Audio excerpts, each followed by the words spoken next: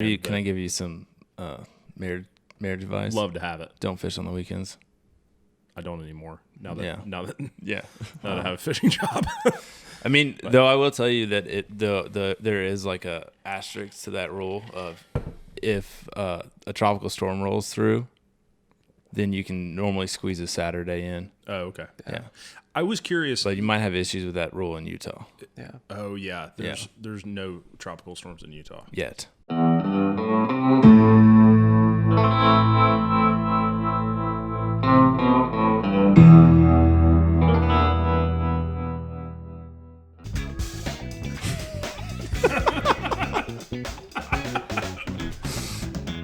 I'm just gonna to the smooth log.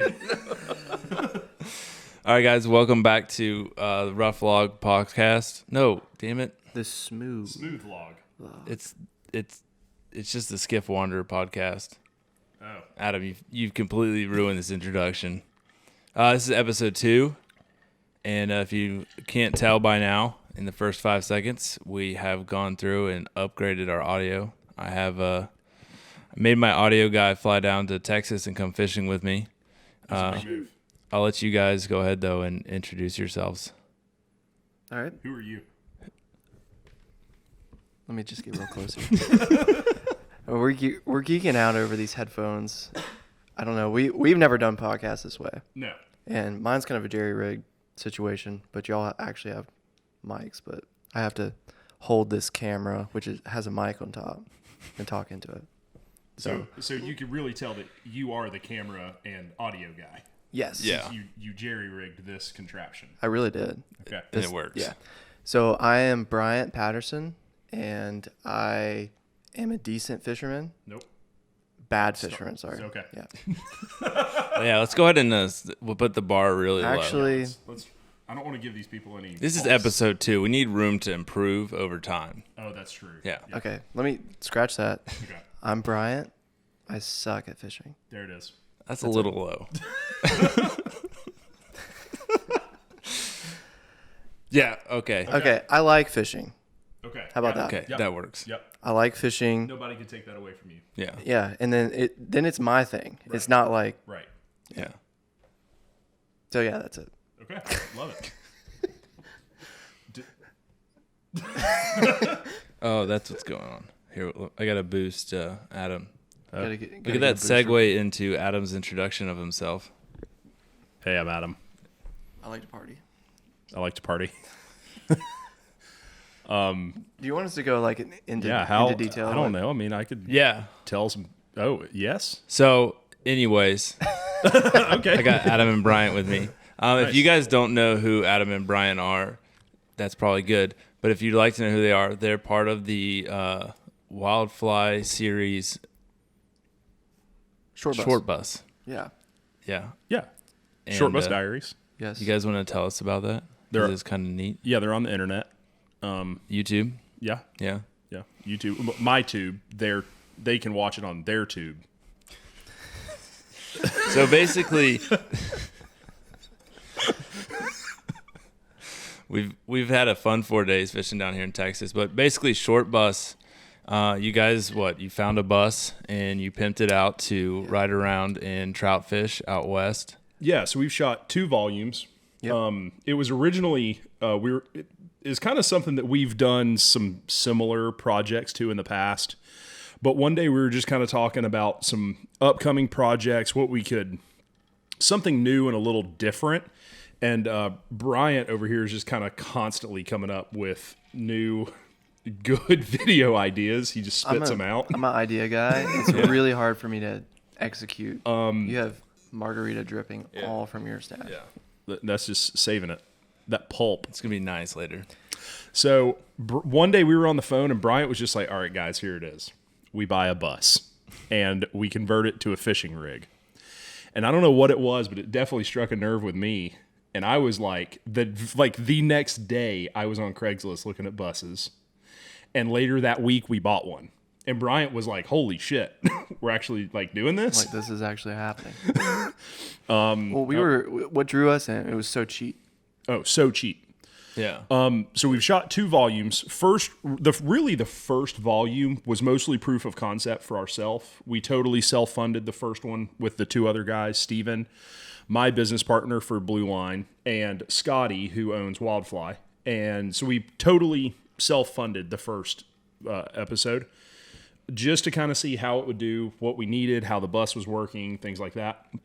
Then we recently shot volume 2 and had a ton of fun with that one. That was in Montana. That one was quite a bit bigger. That was a much bigger production than volume 1. And then we currently are gearing up for volume 3. So we're going to Colorado, leaving Check it in out. 2 weeks from the date of filming this. Filming this. Yeah. So, Yeah, I don't know when this can come out. me neither. So, yeah, basically what Short Bus is just we're not, like, I was just joking a while ago about sucking at fishing and like we don't take it too seriously, and that's kind of like what Short Bus is about. Like we wanted to just kind of have fun with the sport of fly fishing, and we wanted to go on a trip with our best buddies, and like it's just a fun thing to kind of all get around and like go execute a trip while on this kind of cool bus, and like we get to outfit it the way we want to. Adam's really good at that, and like just I don't know, it's been kind of a cool thing to see come to fruition, because we all love fly fishing, even though I was joking about it a second ago. But like it really is fun. It takes you to some really cool places and allows you to meet really cool people. And the bus is like kind of something to all get behind. It's kind of like that kind of DIY symbol. Yeah. So definitely one of the things that we were really trying to put together was like, we don't want, you see a lot of these videos of people that are fly fishing in some like incredible places, doing some really cool stuff that everyone wishes that they could do, but isn't maybe attainable or very relatable. Yeah. So that's where we wanted Short Bus Diaries. That was one of the things from that phone call I mentioned earlier, that we were like, all right, how can we make a video, or what kind of video content could we make? Hey, could you please talk closer to the mic?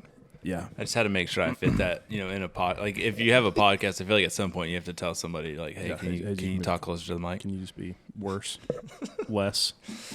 Thank you. Don't worry, I'm just getting you guys trained up for Scotty. Oh, thanks. Scotty appreciates it. I don't know what I was saying. You guys were on a phone call. Yeah, so we were on a phone. Part of our phone call that I mentioned earlier was, how can we make a video that is very relatable? How could we continue to relate to people who are either new to the sport, interested in the sport, beginners in the sport, instead of making videos for people that, maybe you really might have to be more experienced to appreciate the full volume of that, or the full scope of a video. Yeah. So that's where the Short Bus kind of idea came around. And like, we're going to go to some cool places, but we definitely want to like keep it relatable, like you said. Like, yes. And like, we want these trips to be like, we plan on like coming out with stuff like in the future, like trips, like having like a packing list or something like that, or like giving the viewers like a budget or something, like kind of like what we spent on this trip. Like, hey, you can do this too. Yeah. No, and I mean, that's like, I think that's definitely something that there's a lot of people out there that want to see. Yeah. Because I think a lot of times, you get into like, oh, I want to go on this awesome trip, and then everything out there content-wise that you're going to ingest, trying to prepare for it, makes it look like, okay, let me just save up enough to buy a nice car. Right. And then I can go. And it's like, no, just get in your car, grab a rod, maybe a pair of boots, or some Chacos. With our bus, it was $1,500. Oh, was that scam? Scam likely? Scam likely. Stop calling me, please.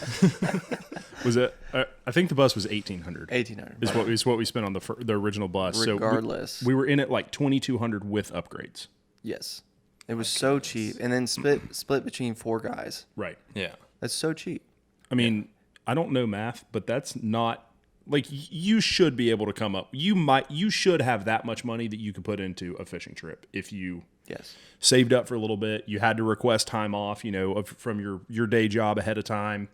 that's an attainable amount of money that you could put together to go do something really super fun with your friends. Oh, for sure. Definitely. So that's kind of what we were going for. It's kind of saying, hey, like get out there and do this stuff for yourself. Like, So you guys, one of the things that like y'all aren't from out west. No. No. So we kind of grew up. So we'll give the real introductions, I guess, now. Instead of the things. Yeah. Okay. So me and Adam grew up in Huntsville, Alabama, and there is not really much of a fly fishing scene there. And it's weird that we're both from there and we both fly fish a good bit. Yeah.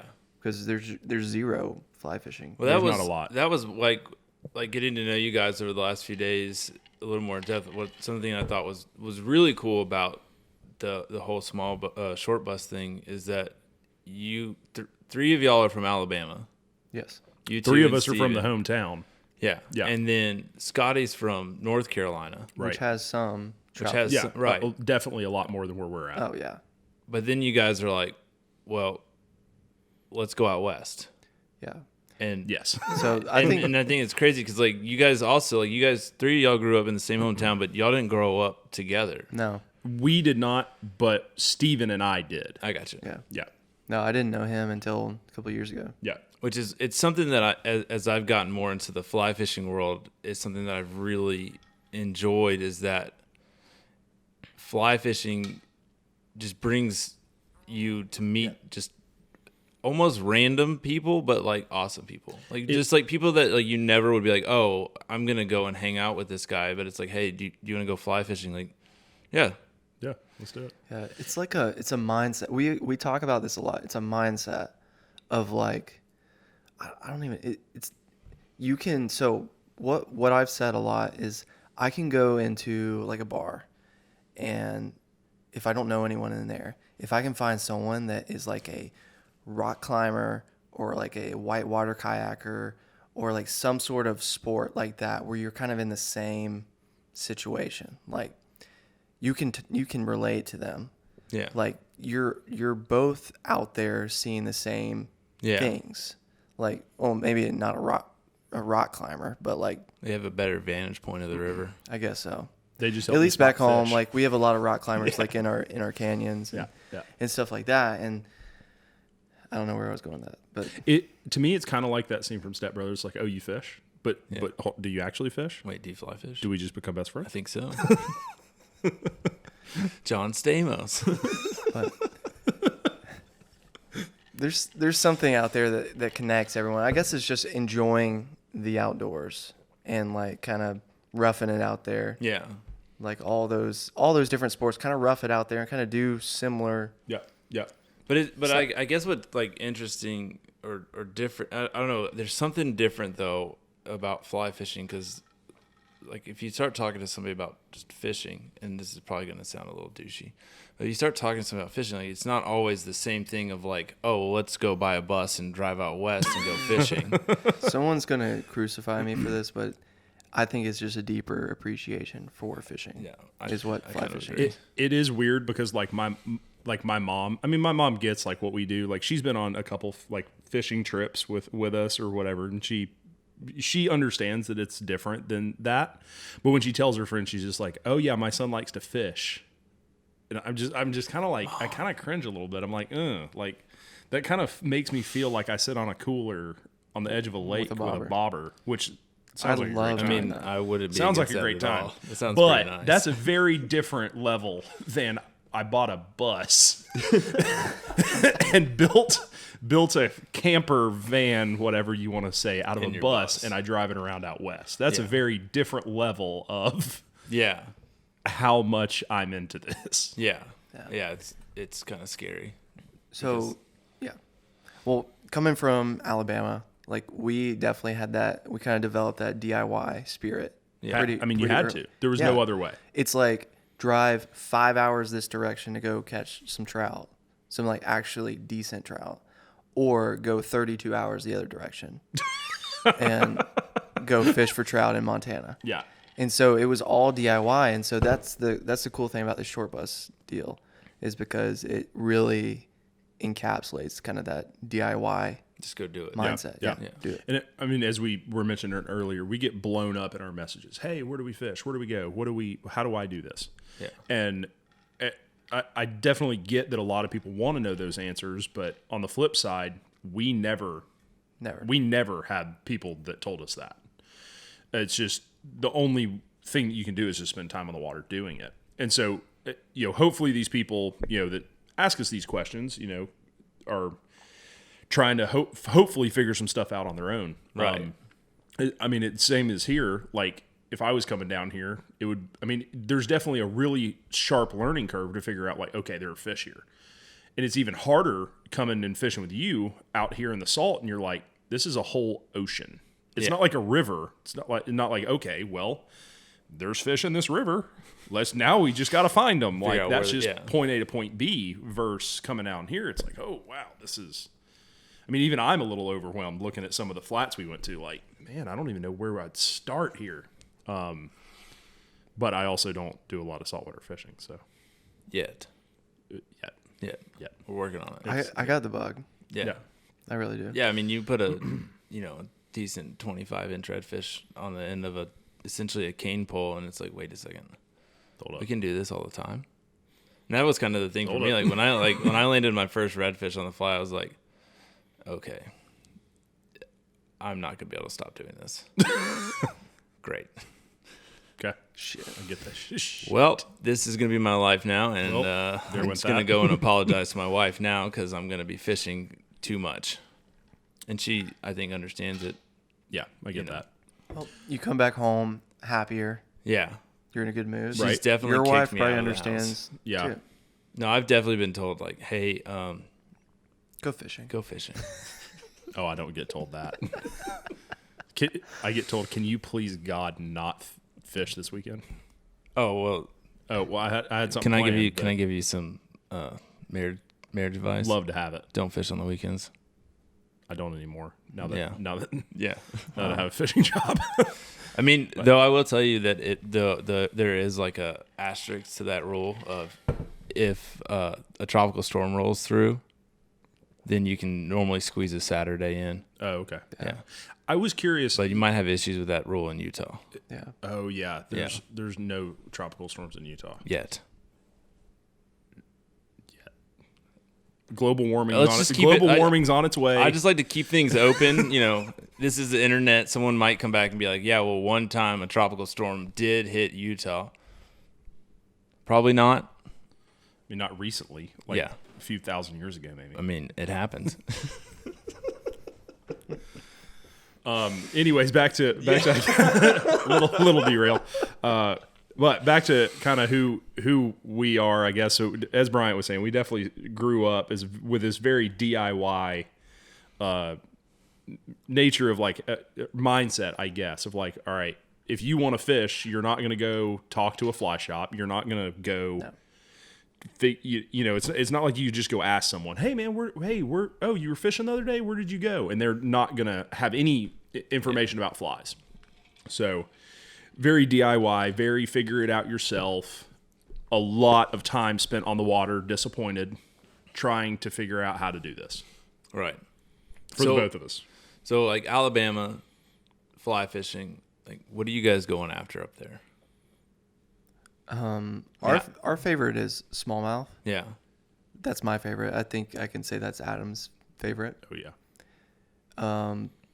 We got that. We have some of the best largemouth bass fishing in the world. I don't really like fishing for them because they're not. I don't think they're as cool. Yeah. Then we have redfish, I guess, down way south. Way south. Mobile Bay. Yeah. And then we have some trout rivers. We live in the extreme northern part of the state. In Huntsville is where we're from. And so we're like 20 to 30 minutes from the Tennessee line. And so there are trout rivers like in that bottom portion of Tennessee. So you can get some trout. Yeah. But Quick day trips to the Smoky Mountain National Park. That's maybe like not day trip, weekend trips, but 3.5 hours probably. Yeah. That's not bad. Quick trip over to the Smokies, or there's a lot of really cool, if you are into bass fishing, there are a lot of really cool bass rivers to fish. Not just smallmouth, but smallmouth. Spot. Smallmouth, or kind of southernmost extent range of native smallmouth habitat that part of the world. Okay. So, or that part of the country, whatever. So, their growing season is big. Fish get big. It's a really cool spot to fish. But North Alabama has the most diverse fish habitat in the country. Yeah. So we have a ton of different species of black bass. So if you're kind of red eye. I mean red eyes. I don't. There's a bazillion of them. Yeah. Spotted, the Tallapoosa, Coosa. We have to. We're videoing this as well. If you'd like to watch that on YouTube, and just so you know that Sony's have a time limit and they shut off. So pause. We're in a pause. While you're waiting there, just click subscribe. Go ahead and click subscribe. Do it. All right, and we're back. All right. Oh, do you want to hit the button? Nope. That wasn't the button. All right, so I just got this podcasting set up, and we found out that there's sound effects attached to it. Yep, that's one. Yep. There's actually That's my favorite. there's a large crowd in my my dining room right now watching cheering us. That for wasn't us. a sound effect. You need to do the what is it, like 90s sitcom laugh Oh yeah. like the audience laughing like Oh my goodness! Like every time hey, Adam tells a bad joke. hey, I'm Adam. You're a joke. Anyways, tons of species of bass to fish for, and you kind of have to every once in a while just think of something a little interesting. Like, Hold on. okay, Pause. I'm like really bad about remembering if I did or didn't hit the record button. Were we recording? And yeah, we were. Okay, great. Do we set another timer? No, just go. Okay. Oh no, I did set it. Okay, good. Thanks. So, tons of species of fish, but what's kind of cool is every once in a while, if things are getting a little, I mean, not necessarily boring, but you're getting a little tired of maybe going to the exact same place, you want a different change of pace. It's a lot of fun to just say, okay, well, I'm going to go try to catch a different species of bass today. I'm going to go check out a different river. I'm going to go fish just somewhere else and see what's happening. Yeah. And that area of the world is fantastic for that. Oh, that's really cool. So as you guys you grew up doing that, and then went out west. So how much have you guys done down in the Salt up till, I guess, this trip? So my first red fishing trip was 3 to 4 years ago. Mm-hmm. And then I planned a trip down here to Port A probably 3 years ago. I bet my first red fishing trip was 4 years ago. Yeah. I planned a trip down here. I was living in Dallas at the time. Was 2.5 years ago, maybe 3 years ago. Yeah. And so that was kind of my first experience. Like I had been on some deep sea stuff. Yeah. I did some fly fishing stuff, down in Mobile and Gulf Shores, but it wasn't that extensive. Yeah. So that was kind of my first time. I really haven't been at it long. I had never driven a boat in the Salt until probably 3 years ago. Yeah. And so it's all new to me, and it's really exciting to Yeah. me. For sure. You've done it a lot more than I have. Yeah, so I don't know. I got into fishing, and I probably actually got into trout and salt around the same time. Mm-hmm. Trout was just obviously much more accessible from where I was at without living, within day driving distance to a beach. Yeah. But fished a lot of saltwater before this, but really not a lot of redfish before this. Right. So my folks like to vacation at some sort of tropical beach place probably once a year for the past 10 or so years, 10 plus years.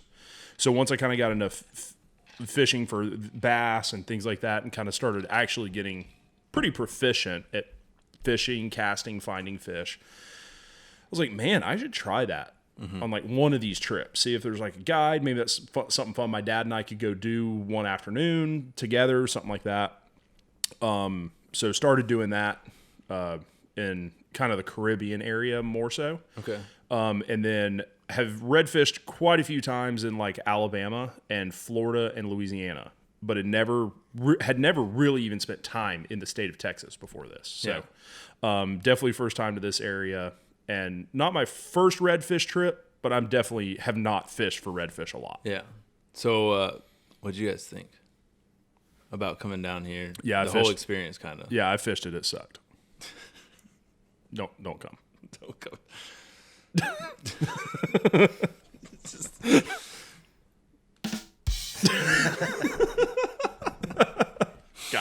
Got him. No, I mean, so I guess like one of the things that I kind of, because I've noticed a lot of influx into the coastal regions of guys that have a big trout background who are, they're ready to venture out and try something. They fly fish for trout. They want to try something different, and they, let's go down to the salt. Let's go try to catch a redfish. So kind of what kind of similarities to that fishery like would you guys have you seen in terms of just anything? It's not the same, Not even close. like at all. No. Because Like not at all. Yeah. And so I think that's why people come. Yeah. Because it's like it's a new thrill. I mean, every trout fisherman can remember like when they first like really got on them, mm-hmm. and it's kind of that same thrill coming down to the salt because it's like, shoot, like this is all sight fishing. Yeah. And I don't know, it's a new thrill. So I think that's why people will switch, because it's like, okay, like I'm kind of bored with these. Yeah, almost like that first thrill that you got from originally trout fishing or originally figuring out, the bass fishery that you're on or whatever. Yeah. Same kind of thrill, like, oh man. But I would say, some of the similarities between, if you fly fish a ton back on the East Coast, it may not help you much, Mm-hmm. but at least Western fishing where you're on these really big rivers making long casts with wind. Yeah. I don't know if you know, but like casting a fly rod in the wind is actually harder than casting it without the wind. I'll be honest, fly fishing as much as I do along the Texas coast, when the wind dies, I start having problems. And that's really weird. That's really that's big. You just get so used to, I mean, not really, but You would you think really it'd be the get like opposite. you get so used to like, all right, it's blowing 15 knots. We're gonna fish anyways because we're it's fishing. always blowing 15 knots, and so you'll get out there on a calm morning and it's like, wait, Hold up. Where do I? okay, the what do I wind's do? not there. And then I guess, yeah. So for anybody that like is new, I should probably preface this a little bit for anybody that's new to me. My trout fishing background is non-existent. The last time I caught a trout was a rainbow trout, and I was in high school fishing in Columbia, South Carolina, and I haven't. Well, there we are. That's That's the extent of my trout fishing. Dang. Most of the fly fishing I did growing up was for bass and stuff, and then I kind of got away from it for a little bit. And when I Yeah. came back, it was 100% redfish, saltwater. But definitely being like that Western, being able to handle some wind and things, some of that is similar. And especially, I would say streamer fishing out west. If you're a big streamer guy, fishing the salt probably is going to be a little easier than if you're like a big dry fly guy. Yeah. So Oh, for sure. definitely got some help this week from my streamer fishing experience. But past that, I mean, there's a lot of differences Yeah. with, I mean, definitely the strip sets, Bryant. Yeah. The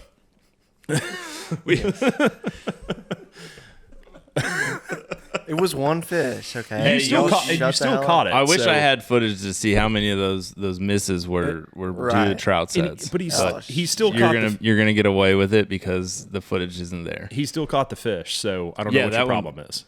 Yeah. That's where I wish I had the footage of the ones he missed, so I could say like, well, we would have caught all those if somebody wasn't trout setting the whole time. Right. Well, Right. right, sure. Do we need to go Sure, there? sure. But I don't think my mom's gonna listen to this.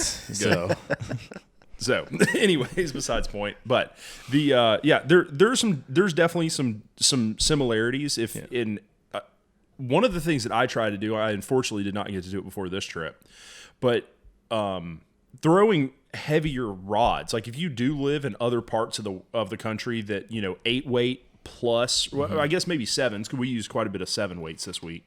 Yeah, that's like, just a personal. Like yeah. most, like if you come down and you're gonna go with a guide, like he's gonna have an 8-weight. 8-weight, 100%. So he's gonna have an 8-weight. If you are from a part of this country that doesn't throw an 8-weight rod very often, then you definitely could practice that cast in your yard with like a crab pattern or something that's got a little bit of weight to it. Be able to practice that anywhere in the country. But then when you come down here, you kind of got a leg up on the fishing. When you guys are, I guess, along the lines of an 8-weight rod too, when you guys are casting streamers, how fast is the action on the rods you guys use? Well, it depends on the person. Yeah, it's more personal preference because we are polar opposites on that. Yeah, because most like especially down here, like, you got to have a fast action, which is a lot stiffer. He likes a slower action one. If it's not windy, if it's not too windy, I still prefer the slower action rod. Whatever your G Loomis 7-weight is. Yeah. Whatever that rod is what I want. That's a good one. Yeah. No, that is. I don't think it's slow. It's not slow. No, it's not. No. Yeah. No. I actually though am still really impressed by how fast the action is on that TFO rod. Oh yeah, that mangrove coast. I liked it. But the G Loomis has some sort of other feeling to it. It's almost like I'm casting spells with that rod out there. We should have never learned about that. Yeah, I'm sorry I clicked that button when I was messing around with it. No, I mean, so like... Well, we didn't answer your question. We do like the Texas coast. Like, oh, yeah. I was talking to him about it today. Yeah. Like, the numbers are definitely here. Like, there are so... Like, so I thought, like, a while ago when there was that big fish kill over here, like, this place was just... It was destroyed. From what I've seen, and I haven't targeted sea trout a lot, so I can't really speak to that. Sea trout got the worst of it, and redfish, they're a hardy bunch of fish. So when it came to that, like, I know there was a bunch of really good sized sea trout that we lost, as long as a lot of the little ones. I think the redfish are so used to dealing with quick changes in weather. So like, when we fish for them in the winter time, early in the day when it's still cold, they're going to be in a little bit deeper water. And as the day warms up, they're going to come out onto mud flats and stuff where they can warm up. And then as night falls, they're going to move back towards the deeper water. So they're a lot more used to moving around on the flat throughout the day, whereas a trout is going to stay towards that edge in those sand pockets where it's, a foot to 3 feet of water, and he's not going to like, oh, let me go find 6 feet of water and go down to the bottom. Yeah. He's going to be like, no, this is where I hang out. Wow, it's really cold. I should probably move, but this is where I like to be. This is my house. So I'm just going to stay right here. And then True. Like, oh shit, it's 20 degrees. Maybe this was a bad idea. No, so I'm actually, along with the fish kill, like, I'm curious this winter when the water cleans up a little bit to start looking for trout to kind of see how much of a difference there is. But in terms of the redfish, like, the ones that I've been catching this year, the ones that we caught while you guys were down here, they're all got big old bellies on them. They're really healthy. They're great looking fish. A lot of color. Like, they are good. They look like they're in good shape. And I was definitely impressed with just how much life was on the flats and in the areas that we were fishing, because there was obviously so much bait. We didn't get to see a ton of the bait, but it's there. Yeah. That we saw a bazillion crabs and we saw a lot of other fish. Yeah. So yeah, this place is awesome. Definitely wasn't super different. Adam turned to me. He's like, "This is the most redfish I've ever seen." Yeah, for sure. No, it definitely, like, if you're new to fly fishing for redfish, like, it kind of helps because you get a lot of opportunity. For sure. Because that's the most frustrating thing is if you're going to spend the time and effort and energy to go do a salt trip and then not even, have some good shots or see fish or whatever, I mean, you're going to get frustrated by that. So, like I grew up redfishing in South Carolina around Charleston, right? And you had to know what the tide was doing, and you had to know as that tide was coming in or going out where the fish were going to be. And it's not like they're not going to be in the same place as the tide coming in as when the tide's coming out. And they might not be in the one creek that you thought they were going to be in that day. And if they're not there, unless you know the area well enough to where you can pick up and move and it's someplace really close, like that's your day. Yeah, you're just in trouble there. And so like the guys that are doing that, like I have mad respect for them because they have spent so much time on the water figuring out where those fish are going to be, what they're, for not just the tide, you got the tide, the wind, the weather, like everything, and then they know where the fish are going to be at what time and where to go. And then if they're not there, like they know where to go next. Right, so the guys are like in those areas that are consistently catching, like, dude, they're a real deal. Yeah, I don't want to say like it takes, it's easy or anything here, but it definitely takes some of those factors away. Yeah. Like the tide, like what you were talking about. Like the tides here really didn't change this whole trip, and it definitely wasn't dangerous levels by any means like it can be in that Charleston area. Yeah, you don't have to worry about getting a getting boat stuck or hours. something. Which when I fished myself out of that area, I was like, oh crap. Yeah. Like I was because I wasn't getting to spend a ton of time there. I was personally really scared of bringing my own boat to that area because I didn't want to push into something that I was not going to be able to get back out of. So and like the last time that I fished down around Hilton Head, we were bailing out of areas probably too soon because I was worried about that. And it might have been like, oh, you're fine. Like, because you can watch it drop. Like, it's dropping stuff that you can watch it drop. But a lot of those creeks, they might hold 3 feet of water. But if you don't know that, right, you're getting out of there. Yeah. But here you could definitely be able to explore a little more and be on the safe side of things. Yeah, a lot easier. So definitely, I think this is a much more inviting place to come hang out, come give your hand at saltwater fishing if you haven't. And I think you have probably especially what I've seen from the other places I've been, you have the best shot of catching a fish because you're going to have more shots at fish throughout the day. We could have waited yesterday, like waited and caught like 100. We caught more fish out of the boat yesterday than we caught in the entire trip in the boat. And that's like, for me personally, like I know that for me, like what we did yesterday is one of the things that I love to do. And it's something that like, if you watch enough rough logs, you'll see, like, I kind of preach it of like, if you're in an area and you see fish and they're staying really far away from the boat and you can tell like the boat's putting pressure on them, park the boat and get out. Yeah. Get out. You guys didn't have them. And I knew like where we were going to be fishing the whole time. We didn't need them, but I keep a pair of boots in my boat just for that situation so I can throw them on and go. Everywhere that I've saltwater fished in the past has been sand flats. Yeah. So I've never spent the time, had the need to purchase like the flat sneakers that we talked about or the saltwater wading boots, but definitely going to have a pair. Not that I didn't need them yesterday either. No. I was fine yesterday, but definitely next time I come back, I'll have a pair of like wading shoes or something better than just some Chacos for walking around here. So one of the things that you guys did experience is one of the challenges that we do kind of face around here was you guys were set to come in on Monday. Oh, yeah. And we had Tropical Storm Nicholas decided to come and visit Sunday, Monday. No, it visited on Sunday. You called me and told me that Nicholas was coming over to your house. And I was like, who's Don't Nicholas? worry. And why would you should worry about it? Why would that mess up my fishing? Right. What's Nicholas doing? So one of the things that happens around this time of year along the Texas coast is we start having you're paused.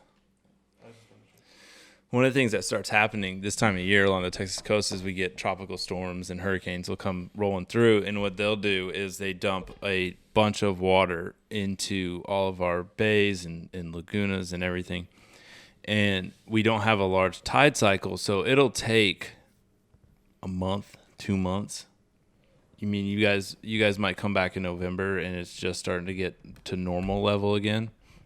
So the water does not move in and out a lot. But one of the things that happens is when it dumps all that water is the fish are, they're not going to be in the same place. So that was kind of one of the issues we had the first couple of days is the fish were still trying to figure out what to do with all the new water. And Yep. towards the end here, like they've started to settle out and they've started to figure out, okay, we can go into some of these places that we couldn't beforehand.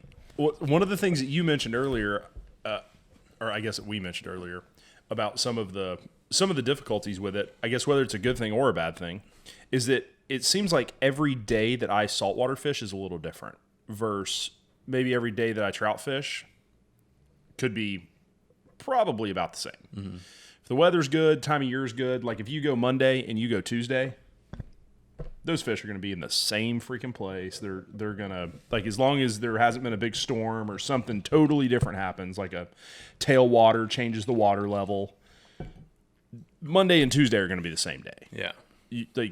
Nothing should really be different. Versus here, it's like, man, you got the sun matters, the cloud cover matters, the wind matters, the way the wind's pushing matters because of where the fish are. I just feel like if you're looking to take like your fishing game to the next level, this is like hands down the best place that I've seen to do it, because you can eliminate a couple of those other factors that could maybe be a little tricky. Where, like we just said, you're only worried about the wind directions for like where that's pushing the bait, what side of the flat the fish might be on, versus, okay, well, the tide is coming this way, plus the wind's going this way, and it's just so much more to try to piece together. Yeah. No, like I fished Louisiana where the wind actually kept the tide from coming in. Yes. And it completely, like Zach and I were fishing out there and we had this awesome game plan, and the wind kept all the water from coming in that we needed to like complete the game plan, and we almost got the boat stuck, and it was all we could do to get out of there. Oh, we were talking about Nicholas, but sorry. Right. Sorry. So tangent.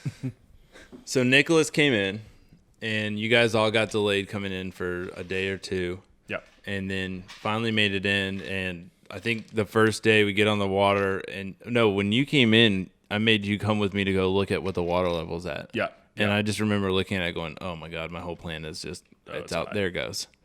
And I kind of had a feeling that what I had been doing for the last 2 weeks wasn't going to work with you guys, because just Brian I knew how much. Cast. Because I knew you guys were going to start high sticking and taking 40 false casts just to get one to fly 10 feet. And then you're going to trout set. Is that 5X tippet that you got? I don't even know what that means. Good. So. Good. Yeah. You don't need that. Yeah, you don't need that. I did have some bad casts. Yeah. Some really bad casts. I mean, I spent all of today bopping redfish on the head. I mean, yeah. That's a way to do it. It's just one of those things that you're just going to have to live with, that you're never going to get good at casting. Yep. That's right. Yeah. Yes. Yeah. So just go ahead. If you just adopt that mentality right now, your life's going to be a lot better for you. You can get better than you are at casting. Not you, maybe. Oh, okay. Thanks. One theoretically could get better than they are at casting, but not good at casting. No, but so Nicholas dumped a bunch of water, and we actually it was tough because of anytime a major storm system comes through, like fish are going to take shelter. I would be willing to bet out west, like you get a storm front that rolls through, like it messes with the fish. Yes. Mean, it's just fishing. You get a big storm front that rolls through anywhere, it's going to mess with the fishing. Yep.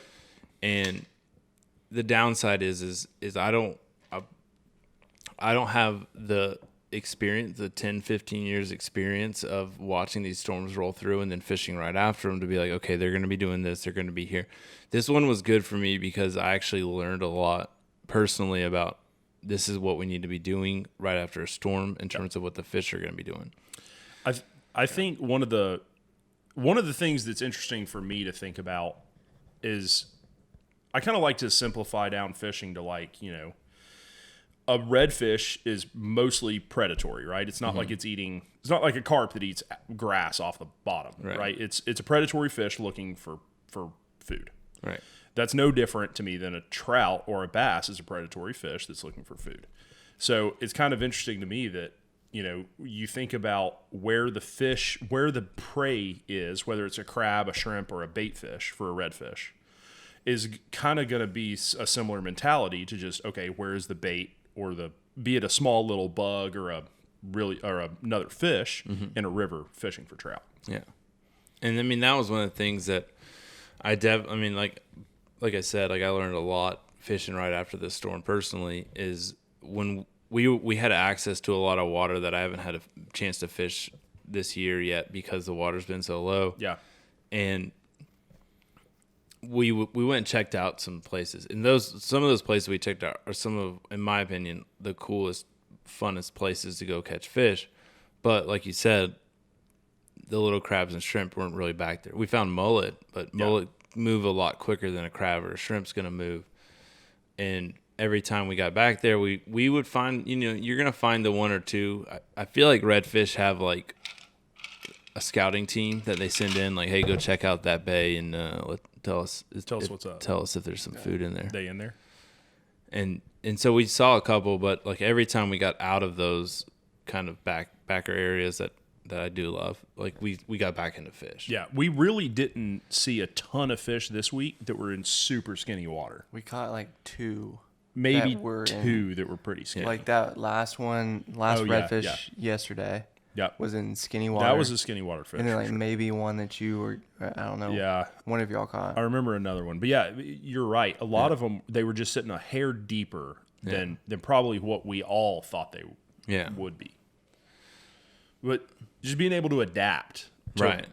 Kind of think through. If you're not finding fish, think through, why am I not finding fish? Yeah. Not just, well, heck, I'm not finding fish. This day's a bust. I'm gonna go home. It's just why? Yeah. Like, just keep asking yourself. And that kind of like it kind of rolls back into something you mentioned earlier about like the DIY and the experience and like the amount of time you got to spend on the water learning just not just like where the fish like to be, but also where they like to be for certain conditions. That's why like if you do reach out and you're like, hey, where were you guys fishing? Like one, especially in the salt, like if you were to ask me like, hey, where were you fishing with Adam and Bryant? And I would tell you it doesn't matter. And I'm not saying that because I'm trying to be a dick, but I'm telling you that because it doesn't matter because the conditions have changed. Yeah. So even if I told you where that was, which I'm not going to, but even if I was to tell somebody like, oh, we were fishing in spot X, like that doesn't mean the fish are there. Just go ahead and send over a DM, and we'll give you the login to Pete's Onyx. To my Onyx. We'll give you the login. You don't have to do any sort of work. You don't have to give anything back to anything. But Pete will give you his login for the Onyx so that you can go in and download all of it. Right. Because he's a nice guy like that. Nope. There's limits to my niceness. I told you guys at one point, we were talking a little bit on the boat about, spots and fishing and this area and everything. And I told you guys at one point, I said, if you ever want to figure out kind of, and I'm probably giving away secrets I shouldn't, but if you ever really want to figure out like saltwater fishing for like sight casting to redfish, like all you really need to do is find a ramp and then look within 50 miles. 30. Honestly, like honest to goodness, most boats do 30, so I'd say 15 miles of that ramp and start looking for places that have skinny water. I mean, if you're sight casting to a fish, you're not sight casting to them in 3 feet of water. Or especially, I know guys that are really successful on foot getting away from boat ramps as well is a good tactic. Actually, you know what's funny is one of the spots we did fish at is really close to a boat ramp. No. But it's one of those spots that like is so close to a boat ramp that people are like, oh, don't go there. Everybody goes there. Of course, then 5 boats rolled up on it while we were sitting there. That's kind of a cool, like, that's kind of a good tactic too. Like, at least back home, there are some places that I fish that are in the middle, like, of the most public areas, like where everyone goes on the weekend. And it's because it's like, it's so public, it almost makes it pretty exclusive. Because like, they're going there for another reason. They're going there to go hang out on a beach or like go swim or go play in a waterfall. And it kind of makes it, because there's that other activity that's there, it kind of like covers up like, hey, you should bring your fly rod there. Yeah. Yep. Don't go there. There's just gonna be a bunch of people playing in the beat in Oh, the waterfall. I fished there. It sucked. Yeah. But if you go about 20 feet down, no, there's one of the guys that I work with who tells me the story about he fly fishes up in Alaska, and he's got a spot that he fishes where he'll pull up to there's a bridge they get off, and then he pulls up to the bridge, and there's always like 10 or 15 guys fishing right at the bridge, and he'll be like, hey, how's it going? How are you guys doing? And oh, we're not catching anything. He says, oh man, that sucks. And he'll grab his fly rod, and he'll walk like a half mile, 2 miles up the stream and just slam. Yeah, exactly. And I mean, that's, I think like one of the first bits of advice when I got into fly fishing was I was wade fishing. Like I didn't have a boat, so I was wade fishing a bunch. And one of the first pieces of advice that I was told was just keep walking. Yeah. Just get away from the people. Keep walking. That's the name of the game. And that's, I mean, even if you have a boat, like just keep poling.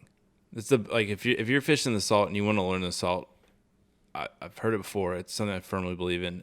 The best way to learn how to saltwater fly fish is a 22-foot pole, and it's called a push pole. And that's how you're going to learn how to saltwater fly fish. Now, that's not going to help you land fish, but that's going to help you learn where all the fish are. And that's the first step. There's definitely some. I mean, flies are important, and some of the technique, and obviously, the most important thing I think is casting. But to me, if you can find fish, they're willing to eat. Not the ones generally, today. the ones Jesus. today were different. But at least generally, what I've found is if you can find the fish, the chances of you catching them are probably pretty good. Yeah, I've always had issues catching fish that I can't find. Yes. Yeah, definitely makes it a lot tougher. Yeah, I guess that might not have been the most insightful thing I've ever said. But, I mean, if you can't find the fish, you're not going to catch the fish. So, I mean, start with step one. Yeah. But at least the good part for me is that I generally, when I'm red fishing, I feel like if I can make a pretty decent cast at a fish and I've got a fly on there that makes sense, they're probably going to eat it. Yeah. So... Or a shitty cast. I mean, or maybe even a shitty cast. Like sometimes those work out really well. They did. Yeah, they did this trip. just surprises them. It's a different tactic. Yeah, terrible cast, trout set, land a fish. That's what you do. Yes. Piss Pete off that it worked and move on. I didn't even notice at the time. It wasn't until this morning when I was going through GoPro footage because I didn't want to save 1,000 gigabytes of footage. I was like, let me find the shots where we caught fish.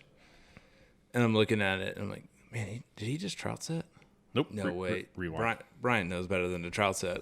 Let me rewind it. And I watched it again. I was like, I think Adam's in the way. Wait. So I went frame by frame, and the hand never came back. Wait. Did I land that fish or what? You did. But there's a few. What happened to the fish before that? Well, that was something different. Oh, wait, the was leader that snapped. That was our. That was a leader problem. That was our pro fly tire leader maker. Okay. Failed us. It wasn't me though. Who was that? You? I don't think we used any flies that I tied. And by I don't. We mostly. I think almost everything at least that I threw was R&D pattern. Yeah, we did. But, for what? Oh, for the fly company that I own. What's that? Tell us about that. Yeah, tell us about that. Oh, okay. Would you like to plug your company at this point? Yeah, sure. If you want. Yeah, sure. If you want. Zoom, why did you give us this power? So I myself part of the Short Bus Diaries crew. That if you've seen. If you've seen the Short Bus Diaries, you know Steven as well. He's kind of one of the other characters. They call him the Gremlin or Hobo Steve is a character he plays. Anyways, he and I own a fly company called Blue Line Co. Blue Line Flies. You can find us on the internet. And so one of the biggest reasons that I am here today, Bryant kind of set all this up. Pete was kind enough to host all of it. One of the reasons that I decided that I had to be here. Time out. Let's be honest. Pete's wife decided to host us. Yeah. Pete's lovely wife, Yeah. Lindsay, decided that Who's she was amazing going to help and us we out. love her. She's awesome. Yes, very awesome. Okay. Kind I don't lady. think she's a going to saint. listen to this. Resume. Well, whatever. Resume. Anyways, Lindsay said that we could come over and play with Pete. My wife said that I could go play with Pete. So I just showed up. Brian's mom said it was fine. So we are wanting to come out, or not wanting, we're going to come out with some a whole line of Redfish products. We get a lot of questions about Redfish. I kind of definitely feel like we've focused on bass, we focused on trout. We're going to continue focusing on both of those, but I really wanted to bring out more of a saltwater line of flies that are general purpose, just good for the salt, good minnow patterns, but then a few probably specific redfish flies that we're pretty interested to bring out. So that's mostly what I threw while we were here. So one of the questions that I haven't that I am curious to the answer to is how much, and we didn't throw any, but how much similarities to some of the stuff that we were using, not necessarily that you tied, but just in general, everything that we used. What similarities do you see between some of those in, like, let's say your smallmouth flies? Pretty big difference between a lot of the smallmouth stuff I use because they're bait fish patterns. got you. More so like They're bigger. in the trout streamers, They're bigger. and they're bigger. I threw a lot bigger stuff for smallmouth and trout. We're imitating like gizzard shad, which is like Bigger, much bigger massive. shad. I got you. A lot of the stuff that was that they were really on this week were like those little toads, kind of the toad flies, not an actual toad, but No. It's kind of the toad flies, and as well as like those crab patterns were crushing it the other day. yeah. No, So- those mesh crabs. Yeah. There was something special about that fly that morning. yeah. Yeah, But- no, those, like, I've used some that are similar to that, and I don't use them all the time. And I don't use them all the time, honestly, because they normally are a little more expensive for the result that you get, but they do crush. Yeah, like you throw one of those, and most we did see it this morning. The fish, we didn't get a hit on them this morning, but normally, like, you throw those, especially if you get into like a mud flat situation, you start throwing those crabs, like, a black drum will come halfway across the state to crush a good looking crab fly. Yeah, we saw that. But as far as the minnow patterns that I did tie, we ended up not fishing them a ton. Yeah. We kind of were fishing something a little different that was a little flashier. But some of the minnow patterns are pretty similar to like a smallmouth pattern that you would see. You know, a small streamer that you could easily maybe even throw on like a 5-weight at home. The ones I use. The ones you use. Yeah. Versus a lot of the stuff I'm fishing at home is like 4 to 6 inches of fly, which, as we saw, was too big for what we were doing today. No, it's way too big this week. So, as far as the flies go, I really didn't see. There's not a whole lot of overlap. So if you're coming down from smallmouth world, buy some flies. You're gonna have to buy a whole new run of flies. The good news is that I don't have a bazillion R&D patterns. Yeah. I mean, we only really threw maybe 6 flies. And even then, I would say probably 4 flies, but maybe some of them had 2 colors that we did. No, we'll go through spells. Like, if you get a steady, constant tide level and weather pattern you won't change flies for, like, I was fishing with one of my buddies, and he had been using the same fly for, like, it was the 4th trip. Yeah. And eventually, like, we weren't checking the leader enough, and we broke the leader on it because that'll happen. Well, I think that happened to us on Bryant's that did happen. fly. But no, it is like down here, you figure out what's working, and you don't need to change. Right. For weeks. But definitely, like, finding those fish that are really cruising that flat.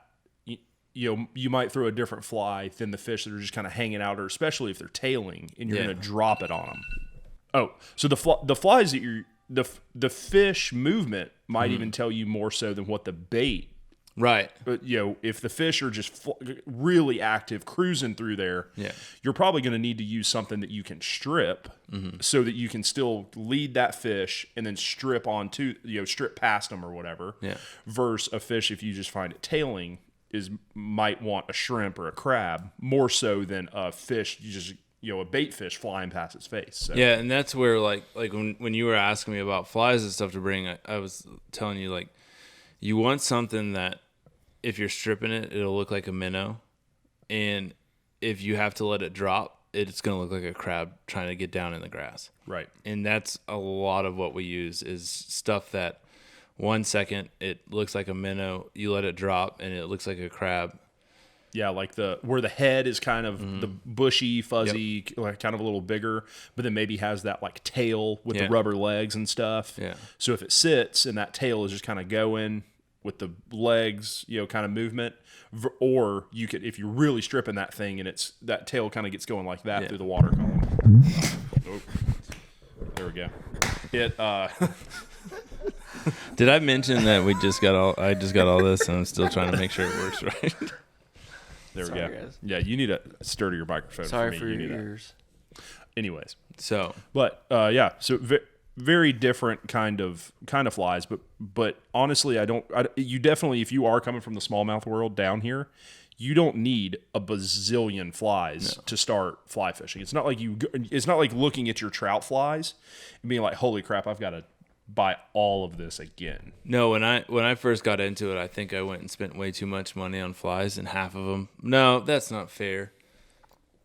Probably 75 to 90% of them have never seen the water. Yeah. Yeah. Like you just pretty much you figure out like what works, and then you start using stuff that's similar, and then you start getting into, okay, let me use smaller, let me use bigger, let me use, and then there's a couple like ringers that you have in your box of just like, okay, let me just throw this, but like it's not super crazy. I guess on the topic of flies too, if you're listening to this coming from the trout world, there's the entomology and all the stuff that you might need to try to imitate, like the caddis, and then that's just one of the bugs on the river that those trout might be looking at, and you've got them from the bottom, the middle, and the top of the water column. So that's a lot of flies that you got to have all right there.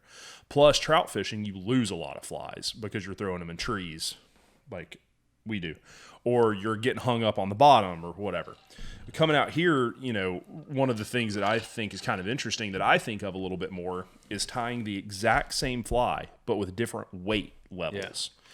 Just depending upon how spooky the fish are, how deep that fish is sitting, if it's tailing versus if it's cruising. That same fly might be the same fly that I want to use, but the weight needs to be adjusted. So it's not even as much as the fly selection, I think. Once you get kind of a body set, at least as a fly tire, you kind of like this body, you like the look and the shape and the colors, then you might just need to go tie 2 or 3 with, super heavy, medium heavy, no weight, or something like that. I think I tripped you up a little bit because we'd been fishing a lot of low water up till you guys came. So I was starting to tie the little bit that I do tie. I was starting to tie everything weightless. Yeah, because anything past that, you're sitting in a foot of grass. And the last few days, it's definitely been like you need some weight. And then even today was like we need more weight. We need a lot of weight today. And it still done us dirty. They did us dirty. Yeah. So, you have anything to add to that? Flies? I don't know. Fishing. The only thing I use is blue line flies. That's it. That's a lie. I had seriously. No, it's not. Actually, seriously, it's not. I get a package in the mail from these guys, and it's just a bunch of flies, and like I never have to go to a fly shop. Make friends with someone who owns like a fly company. Yeah. There you go. Just make friends with someone who owns a fly company. It's like all the B-list fly. Like it's not like they're all the ones that are messed up. Give me some good ones. Like okay. Yeah, we don't. If you want to use the ones that don't make the cut to get sold, make friends with someone that owns a fly tying company. Yeah, you get a lot of R&D stuff and a lot of. I will shout out these guys because they've made 2 of my favorite flies, which would both. We agreed this week would both crush for redfish. Yeah. The Conjurer and the Tickle Monster. Neither of those are out yet. They're not out yet. They're coming out. I'm shouting it out because That's the only thing I want to fly fish with. So am I going to get any of those? No, Okay. You can't. we're not friends yet. They're both right. they're both kind of hard to make. It's like double. It's like double or triple jointed. Or Conjurer's like 5 or 6. Yeah, the Conjurer's got like 5 pieces to it. The Tickle Monster has 3. I love y'all's fly names. Who came up with those 2 names? You. All right. So, kind of in conclusion, if you're coming from freshwater, what is some tips DIY? Like, what would you suggest? Like, I want to come down. Like, what are some suggestions that you guys would pass on? So this is the same suggestions that we have with freshwater. Mm-hmm. Is that you need to get a guide, number 1. And I say that because they spend almost the whole year on the water. Mm-hmm. Yeah. A lot of these guys do. And so they know it like the back of their hand. And then Adam can echo off that. Like, yeah, it doesn't mean and I don't correct me if I'm wrong here, but it doesn't mean get a guide for your entire trip, maybe the first necessarily. But the first day that you go out, I would grab a guide. Yeah. Whether and even if you're bringing a boat or not, even if you're just coming down to wade fish, it'd be fun to fish with a guide for a day. Just pick his brain for all of the information, all the questions. Even make a list of the stuff that of questions you might have. It gives you a base. He's not going to tell you the secrets, but it's going to give you a base. Right. And so you're like, okay, I'm going to take what this guy told me, and then next time I'm going to do it like a DIY trip. Yeah. And every fish you catch, I mean, I know we just said, each day is probably different for fishing. But it gives you a baseline. Definitely get a baseline for, okay, I caught this redfish out of like some grass flat, a mud flat, some deeper water, super shallow water.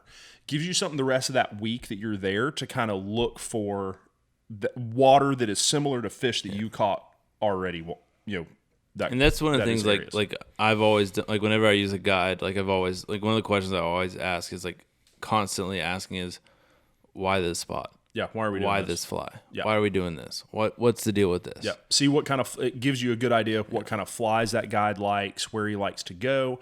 And most guys likely, I mean, they're going to understand, hey, I'm down here on a trip, but I got you for a day. I'd love to just kind of, kind of pick your brain for this. And they're going to be open to that, or at least they should. They should be. And then and I'm sure your guide would know plenty of good spots to get out and wade as well, and maybe even point you to maybe 1 or 2 good public access areas, a good beach that you could park at, walk at, and start doing that yourself. So my number 1 thing, if you are coming, would be grab a guide for the first day. Yeah. Number 2 would be once you have that guide, once you had that experience, once you learn kind of the general things about saltwater, you need to look at maps. Yep. You need to find areas you think, judging on that past experience with the guide, you need to look at maps and you need to figure out where is going to be like a shallow place I can go and I can stock fish on foot. Yep. And I can tell you too, like, especially if you're going to come down to the Texas coast and do that, Google Maps is helpful, but it's not perfect. And that's where like it kind of circles back to like spending a lot of time walking and walking. And that's also where like going with a guide and asking them like why and where and how and what we're doing and getting those more detailed answers of what you're doing, I think is super beneficial, especially if you're DIY after. There are so many rivers back home or creeks back home that I don't fish because I've been there and I'm like, this is awful. Yeah. There's a lot. That's the only way you're going to learn it, though. Yeah, seriously. Yeah. Like, it looks good on Google Maps, but I show up and it's like, this is terrible. This is not where I want to be. Great points. I've got 2 more. The first one for me, I think, is practice. You're casting with an 8 weight before you show up. Don't rely on your guide to fix your casting for saltwater. No. You are going to have to deal with wind that you probably do not have at your house. And like leading fish too was the biggest thing for me. Yep. Because on a trout river, there's no leading. It's, hey, cast by that rock, and then you need to hit picking that apart. spot. Like, if you give me some structure to fish around, I can fish around that structure. Yeah. But like leading a fish by a couple of feet, like I'm not as good at that. Right. To me, I think that is a really big one. Yeah. And when you say practice, like I'm gonna go a little bit more into that. Like when Adam says practice, not just like practice, like, oh, I can put a cast out. Like you should be able to get a 60-foot cast out with 2 false casts. And that's something you can practice at your house. You never, ever would have to leave your yard, street, private, little public area of your apartment complex even. You could do that without traveling anywhere and then learn to do that cast. On top of that, your 10 to 30-foot game needs to be on point. Yeah. Your short game needs to be on point. Because while you're going to get those long casts, like, I mean, how many fish did you guys see that were sitting within 5 feet of the boat and you're like, A few. Actually, like the most we saw was today, but they were down. Yeah, those ones were. Yeah. This was like aquarium fish that were just like, hey, oh, that's a boat. But Nice. practice your cast for sure is one of my biggest ones because the salt is so humbling. If you've never gone to it, or even if you have saltwater fished, you need to practice those casts. Don't spend this much money. I mean, not that it's a ton of money, but still, you might be driving a few hours.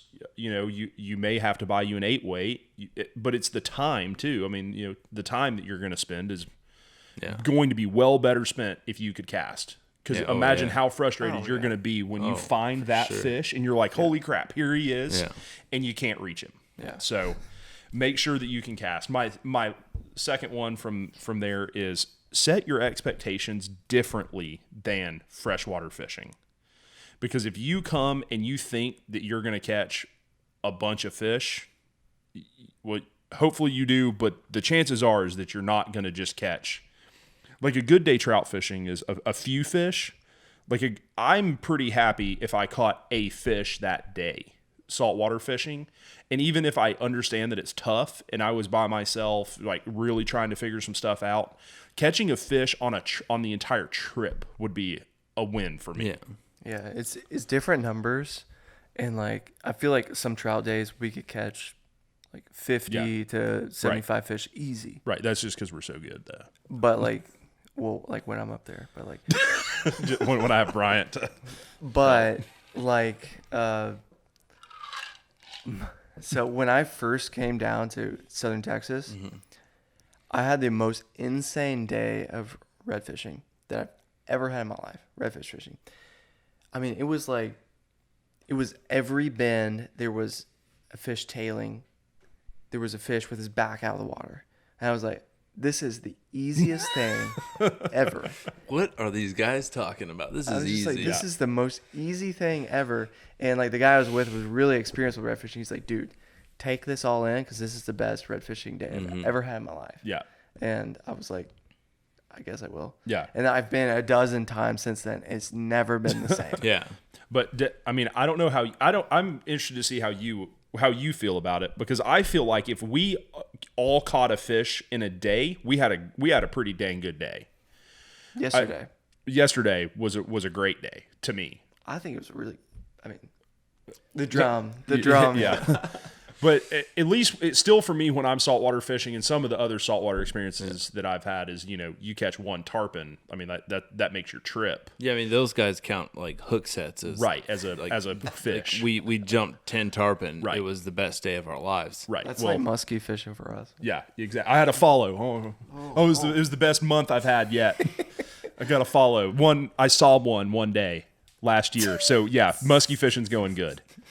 But at least you're gonna have some DMs after that. Yeah. Where did you see that muskie? Yeah, I'll send you a pin. Actually, reach out to Pete. He's gonna have it on his Onyx. Guys, I got all the muskie spots on my Onyx. What state is that in again? America. But anyways, lower your expectations. You're not going to show up, and I mean, don't just get discouraged. Don't not catch a fish. Like if you see one that you get to cast at, I mean, that's still pretty good for where you might be at in your saltwater fishing career. Half the battle too, like what Adam's saying is experience, and like being able to see, like you're going from freshwater, your eye is not trained. Yeah. No. For seeing, like I don't have the best vision when I'm out there, but like it's way better than when I started. Yeah. I was like, where's the tail? I I don't see the thing. The redfish is not giving himself away easily. Can we find some better ones? Yeah. No, it's one of those like I can tell you like if especially with sight casting and expectations, what I would say is like first of all, when it comes to sight casting a redfish, you're not looking for a redfish. What I kind of tell people when they come with me is as you're going with a guide or as you're on there and you're looking, study the bottom that you're on and then figure out what's different in that different shape or color or line. Because a lot of times when I pick up a fish, it's not anything other than, wait a second, that's a hard edge. Yeah. That doesn't belong. Yeah. That's a fish. Yeah. Right. And that's what you kind of have to train yourself to start looking for is that hard, that change in the bottom. Yes. That spine kind of gives it away. Yep. For me, it's and I just from some of the other fish that I've done, it's the pushing water. Yeah. It's seeing, kind of the rhythmic of the ocean, the waves that are coming in, and then seeing one little weird wave, and I'm like, whoa, something's right. Something's right there, and then you kind of key in on that area, and then maybe see a fish. 14-inch mullet. Yeah, that's exactly what it is. That's what we're looking for. That's what you're after. But anyways, those would be my tips on if you're coming from freshwater fishing, you want to try saltwater, give your hand at it. Those would be my tips. Yeah, I mean, echoing the first point, like you would have such an advantage if you got a guide for your first trip. Yep. Get a guide. The sight, like we were talking about, like being able to pick things out, casting. Yep. Leading fish. So. Yeah. I'll plug my guides. Like. Yeah. Get a guide the first day. Yeah. Definitely. I know it might be a little more expensive, but for the frustration, it more of a learning experience, not a fish catching experience. But spend that, however much money that guide costs, to just pick his brain for 8 hours. Yeah. Or however, 6 to 8 hours, whatever a guide is. But just pick his brain and just start getting it dialed in, and you'll get it there. Yeah.